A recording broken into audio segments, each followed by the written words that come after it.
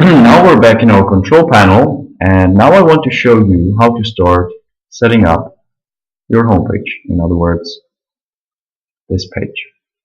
So what we do is, let's start with the desktop one. So we hit create or edit desktop homepage layout.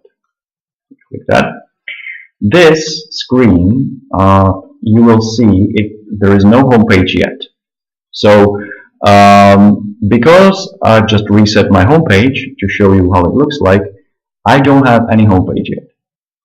And first thing you want to specify is the number of columns and their corresponding width. So first I want to explain how this works. So there is basically always, the whole home page is always consists of columns.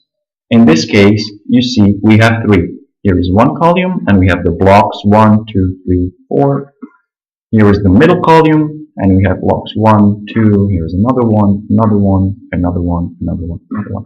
And here's the right column, and again we have some blocks here. So in this case, this page, this demo, is using 3 columns. And as you can see, and it's actually using these default settings, so it's using 25, 50, 25. What it means is that the first column is 25% of the page, of the total width. This one is 50%, this one is 25. So in this case, we're using 25, 50, 25. Now you might be wondering, oh, okay, well, how about this block?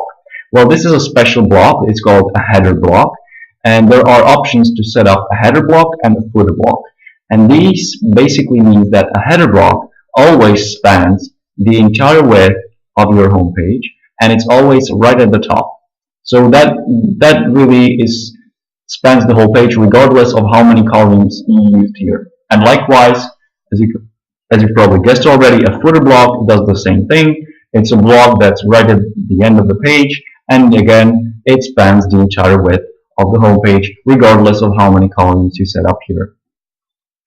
So let's just say that I want to use a layout like this with 3 columns, but of course you could use a different one. So just make sure that these numbers add up to 100. So if, for example, you wanted your home page to have just 2 columns with equal width, then what you would do is, and as you can see, it's separated by a comma, so we put in 50-50, as you can see here. And in case you wanted this entire thing with just 1 column, in other words, this home page, all blocks would be like this header block, just full width, then you would just put 100. And you could also put, I don't know, 33, 33, 33, and that would basically create 3 equal width columns. And you can put, or you could put, I don't know, 20, 30, 50.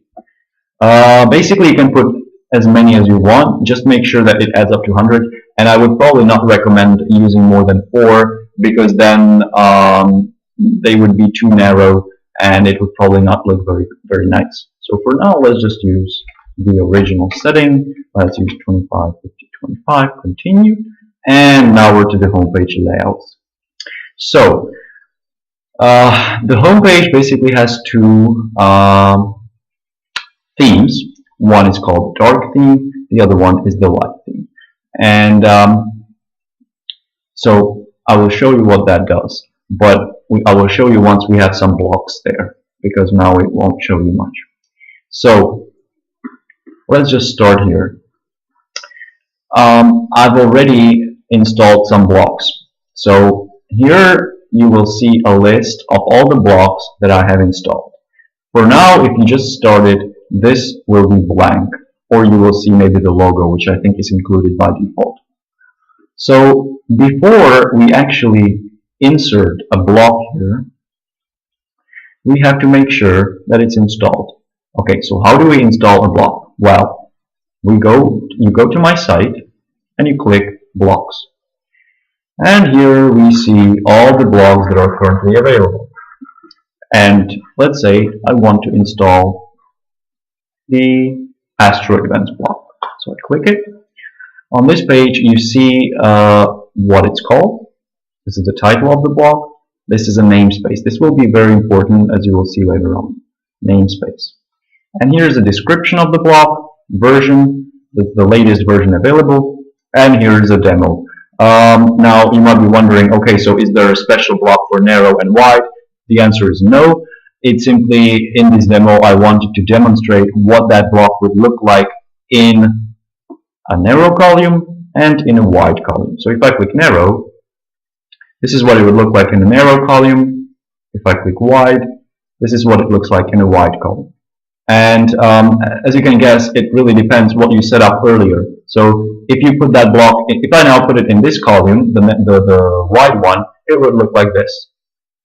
And if I put it into the narrow one here, it would look like the previous, as I showed you the narrow.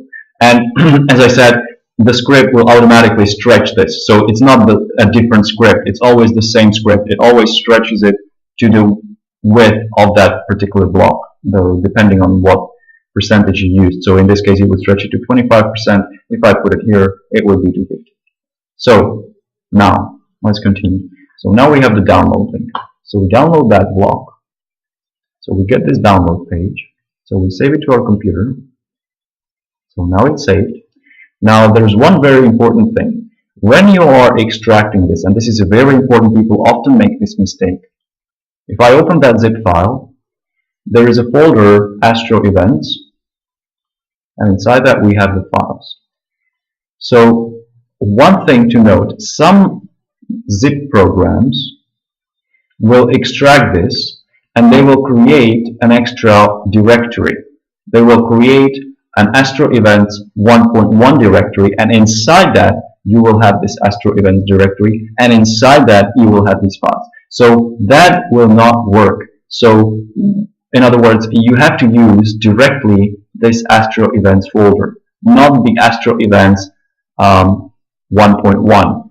So if that happened, if your zip program, the one that you use to extract it, created an extra directory, make sure that you, to your server, you upload this, no version number. Okay? So what I mean is, now we go to our FTP. Okay, like this. I have it here, and this is what the structure of your template will look like.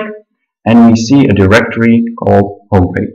So we open that, and here we have a directory called blocks. So we open blocks, and we see, in this case, I already have all these blocks here, but your directory for blocks will be empty. And I already have this Astro Events folder here.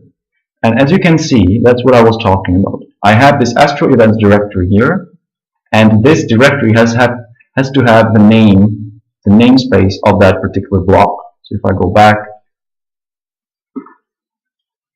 this is the namespace, and we have it here, and inside that I have the files. So in case your software created another directory, Astro Events 1.1, and inside that you have this, then make sure that in your, again, let's go again, homepage, blocks, here you have directly that Astro Events. So what I mean in this case, let's say we have homepage, blocks, and we have Astro Events, and inside that we have the files, and the main block file is always like this.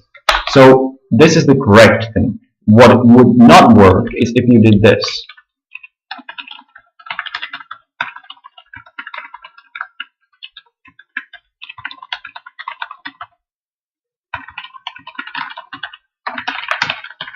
Right? So here you see we have this extra directory here, but that means it will not work. So you want to make sure that it directly this directory. Now, so we've uploaded it here, so we have it here now. Now we go back, and because I've already installed it before, first thing you do is, before you even insert it in your home page, you go to a block setup. So whenever you download a new block, before you can insert it to your home page, you have to set it up. And in case you don't, in case you insert it, you add it to your home page without setting it up, it will just tell you that block there will just be a message, go to your setup, set up the block. So we click the block setup link here, and here If you correctly uploaded the directory here with the block files, then you will see it on the list here. And as you can see, this is the demo, so it has all these blocks already installed. But you will obviously only see the ones you have. And so here's some important things to note. So here is the namespace of that block, and here's the title. Here is your version, and here is latest version. Basically, as I explained when we did the main settings, this script loads the latest version data from my server, and it compares it with your version. And in this case, I intentionally left this not updated, and you can see that it's telling me, okay, my version is 1, but there is version 2 available. And I can click the update button, and it will it will take you to my update site, this block site, sorry, not this one, to download and update that block directly. And the very important thing you see here is that some blocks have this settings link. Not all, but some. Now, if you install a new block and you don't see any settings here, for example this one or the pressure trend block, it means it works out of the box and you can just add it here. If it has a settings, then you click that, and this is for the Astro events, the block that I just showed you that we installed. And in this case, there will always be some settings to be made. So in this case, we set up the number of displayed upcoming Astro events. So we hit something and we hit save settings. So once we hit that, it will save the settings file, settings saved, okay, and now we're ready to add it here. And you can always change this. So in the future, if some of these blocks have settings that you want to change, you just go here, you click settings, and you change it. So let's assume that we now have this settings file created. So we go back to this site and we add this block. Now, there are several options, and I have explained this in using diagrams and quite a lot of details here. So just in case you don't understand, or if I go too fast in this video, just read this. It really goes step by step, and I'm sure you understand. And there's also this great PDF guide which shows you the examples. So let's start with standard blocks. And I will probably do this in a separate video so that you don't get overwhelmed.